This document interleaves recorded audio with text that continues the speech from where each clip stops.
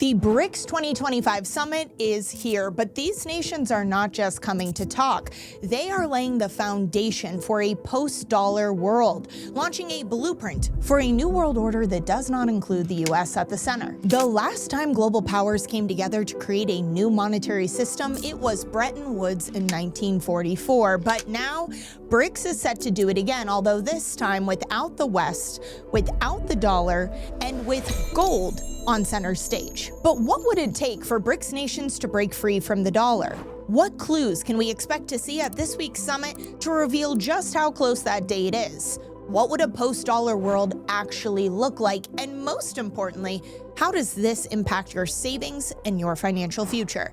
Let's get into it. BRICS, a coalition of nations founded by Brazil, Russia, India, China, and South Africa, has grown rapidly in recent years, expanding its membership to include countries like Egypt, Iran, Saudi Arabia, and most recently, Vietnam. While once dismissed as a loose group of emerging countries, BRICS now accounts for over half of the world's population, creates 45% of global GDP, and produces 30% of the world's oil. They've positioned themselves not just as a coalition, but as a credible counterweight to the West's financial dominance. So it's no surprise that they believe it is time for a seat at the table, a new role, a new voice, and potentially a new financial system. But this weekend, they'll get that chance. On July 6th and 7th, the 17th annual BRICS Summit is set to take place in Rio de Janeiro against a backdrop of a fragile Middle East, growing geopolitical risk, and long-term doubts about the stability of the dollar. But this year's summit will be different for a few key reasons. First, Vladimir Putin and Xi Jinping, two of BRICS' most prominent leaders, are going to be missing from the summit. Now, Vladimir Putin has said he will telephone in, but he will not be physically in attendance due to an outstanding ICC arrest warrant for Ukraine war crimes. But Xi Jinping's absence is a little bit less clear.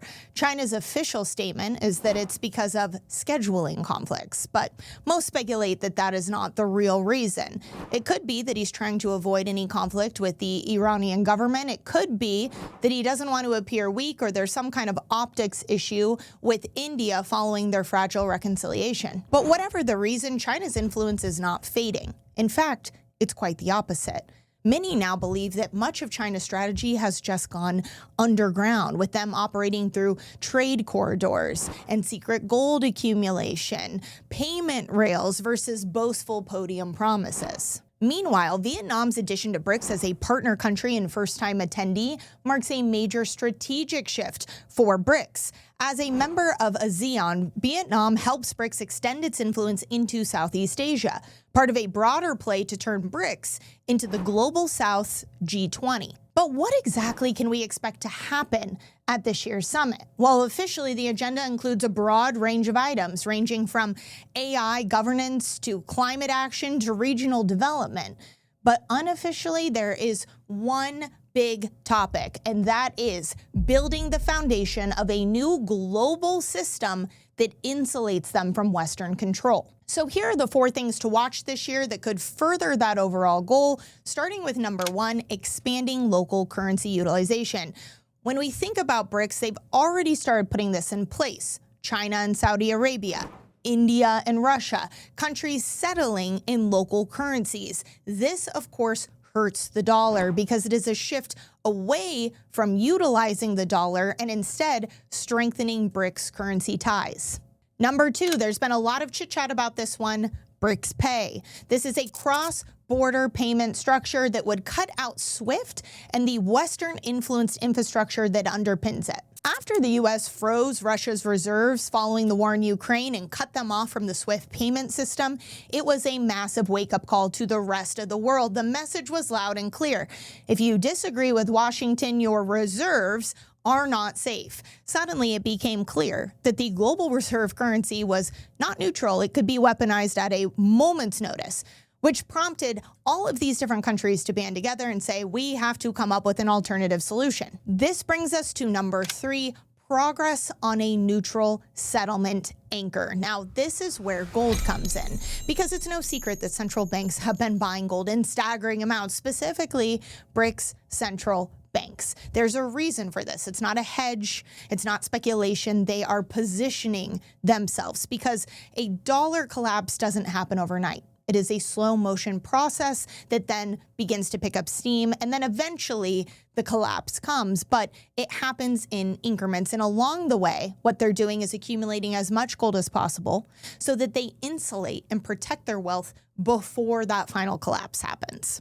And number 4, continued progress on their banking infrastructure, such as the new development bank, which is BRICS' answer to the World Bank and the IMF, Western-led and dominated institutions who historically have not provided the same credit or infrastructure to these nations as they have to those in the West. A misconception with the new development bank is that it just funds infrastructure, which it does do, but it also supports one of the earlier goals, which is more trade in local currencies. Now, at last year's summit, Indonesia committed to doing more trade with BRICS nations in local currencies. So this year, we could expect to see potentially more countries coming out and committing to higher volume of trade that does not include the dollar. But if you're wondering why it seems like the news around BRICS has quieted down, or all of this feels like it's moving slower than you thought, there is a very real risk of U.S. backlash.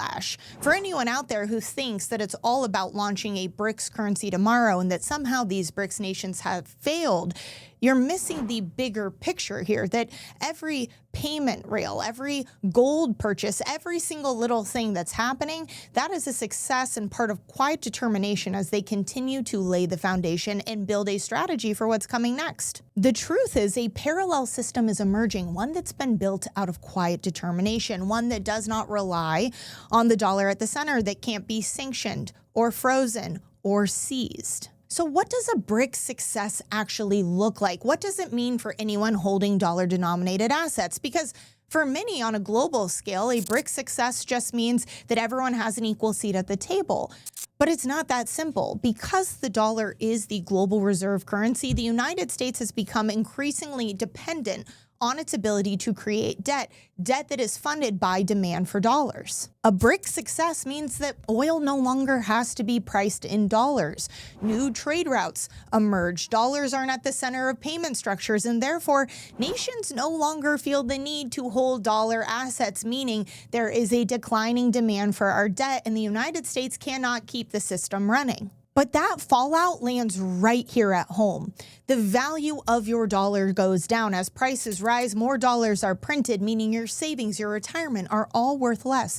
Not because of something you did or didn't do, but because there's no longer demand for all of those printed dollars. The U.S. would not be able, for once, to inflate their way out of it. We have been inflating our way out of things for years because there was no other option. But now, BRICS is creating that option as we speak. But when the dollar fails, the value doesn't just disappear. It's transferred, it moves. Where does it go? Well, it goes to those who are holding real assets. Why do you think central banks are buying gold at record quantities? Because when trust collapses in the system and therefore the dollar collapses, those who are holding real assets are going to be the ones who are protected, while those holding paper promises, fiat currency, are going to be vulnerable. The BRICS summit isn't the end, it's a warning sign. And that is why it is so important to make sure that you take action to protect yourself now before it's too late. But if you're still connecting the dots, or you're trying, you know something's wrong, but you're trying to figure out what action you should take to protect yourself, I have an incredible free resource for you. It is called the Build to Endure Guide. This is why we created it. It covers not only the threats to your wealth, but has 100 years of history and data on how gold and silver have protected wealth throughout time, specifically in times of crisis, and has clear step-by-step actions that you can take to protect your wealth today. All of this information can be yours. I highly recommend you download it so you have your copy you can reference at any time. Again, it is 100% free, easy to download. All you have to do is click the link below, download your copy today, or scan the QR code. And if you already know that gold and silver is the answer, but you have some questions, or you want a second opinion to make sure you have the right strategy in place for you, you can always call us at the number below, or set up a time to talk to one of our expert analysts. There's another link in that description where you can click and set up a time to have your questions answered and find out how we can help you like we have helped so many others. And in the meantime, I so appreciate you being here.